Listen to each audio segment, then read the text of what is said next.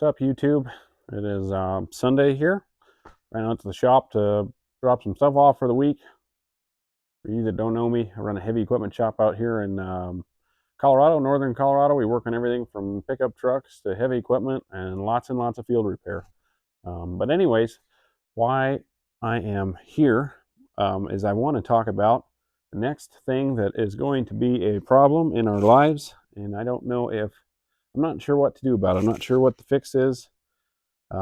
It's going to be not very much fun. What I'm talking about is, so EPA 27, they're making some changes here. Sorry. They're making some changes to emission stuff, and we saw that coming. It is what it is. I already don't like the EPA, so I'm biased in one sense, but I'm going to show you here real quick the next thing that scares me, and that's the new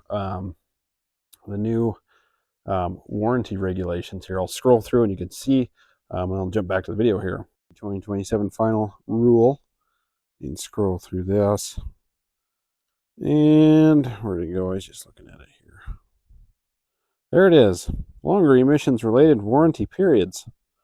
Warranty ensures end users don't bear all the risk of emissions technologies that fail prematurely.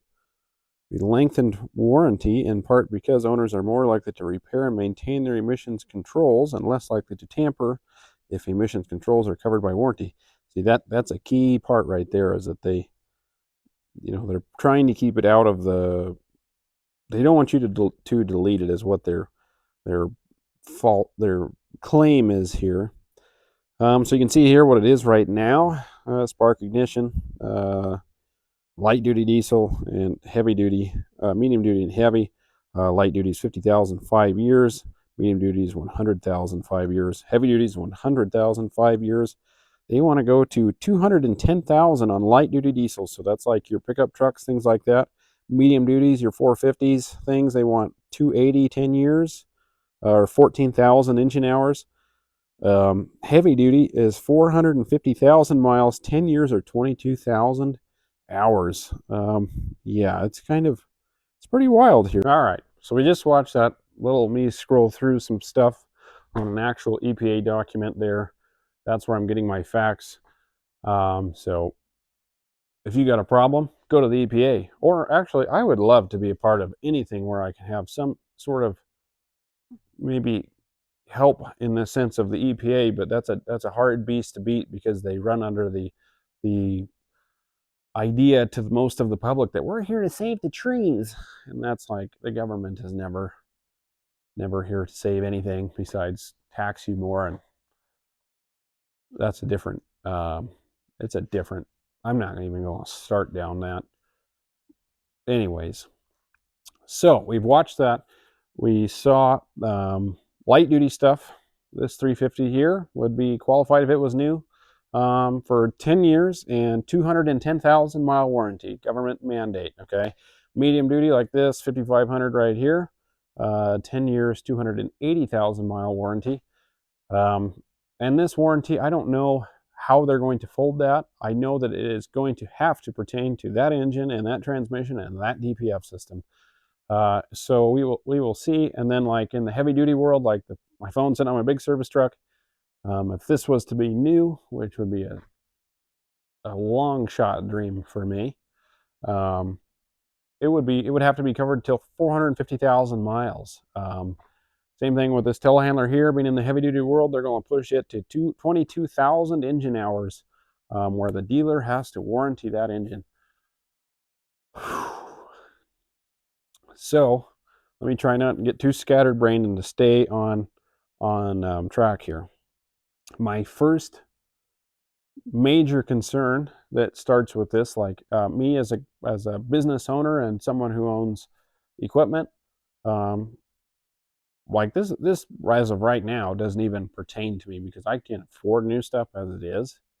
If you don't think that the manufacturer is going to absorb the costs of the people that don't take care of their equipment into the cost for everybody else to distribute the love to save the trees, you are crazy. They're absolutely going to do that. Any business in the world, like if someone came down my street and said, you need to warranty this guy's equipment who never changes his oil, and this guy over here the same, well, I'm going to have to charge this guy for what I think this guy's going to do, because this guy's going to hit me at a zero profit, and I got to make my money back on that guy. So it's pretty simple how that's going to unfold, especially in corporate America. They're not giving anything away. So we've got that. We've got the cost of the machinery going up. It's going to, I think it could triple. I really do. I think you could see north of $500,000 for a new Peterbilt, because they are going to have to absorb the cost. Like if you've seen, oh man, oil field trucks and trash trucks and things like that, to get what happens in that lifespan, like that's such a broad statement. Like so much different life is lived in that period of time that they're going to mandate coverage is insane. So problem number two that scares me is if you've been a part of any of the equipment world, if you've owned equipment, you've been around anything, I don't care if it's a Honda Civic or a new Kenworth or a John Deere especially, and you've had warranty work that had to be done, it was never anymore is it in and out. The dealer used to be, this is my theory, the dealer used to be the place to get stuff done. They had the best mechanics, and they did the best job, and they had the best warranty.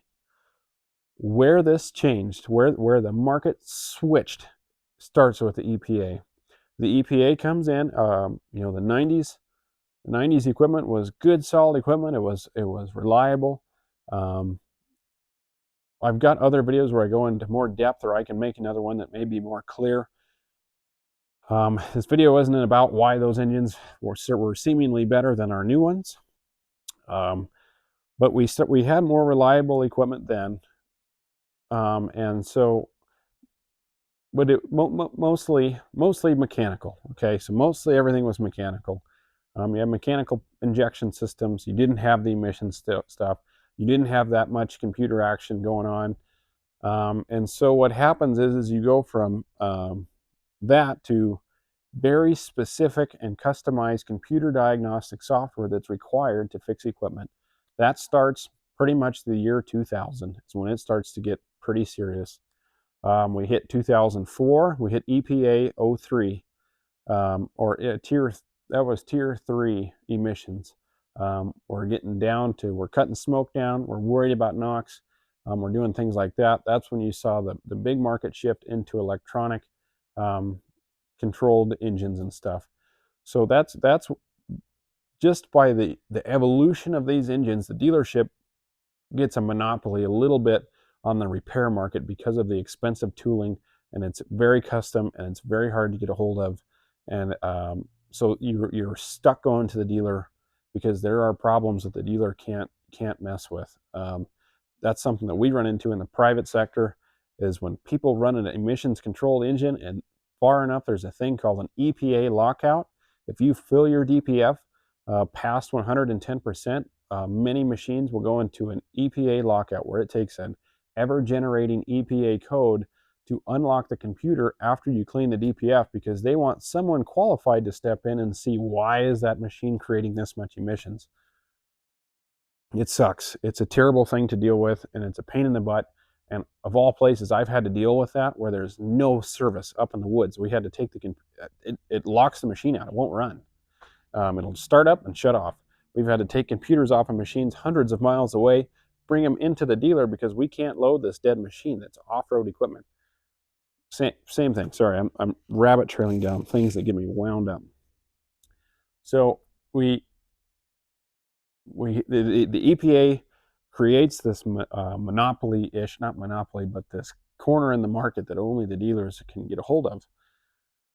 So in my opinion, that's when the great fall of dealership quality began. Okay. Once they realized that they did not have to compete anymore with the private market, and that you are forced to use them because of sheer cost of tooling, and the ever-changing of the tooling is supplied to them by the manufacturer, but costs the rest of the world extreme amounts of money to be competitive with. That's when the dealership started to slip. And then we hit emissions. We hit tier 4 interim 2008 to 2010. That was the 6.4 Power Stroke. That's a 2010 Dodge. Those were terrible years for everything and everybody. Same thing with that early 2003 was a big jump. The EPA made huge leaps and bounds in what they wanted their opacity levels to be, as far as NOx and soot and carbon dioxide stuff goes, or carbon monoxide. Anyways, so what happens, I'll make this short. I'll make another video if you really want to get into this stuff.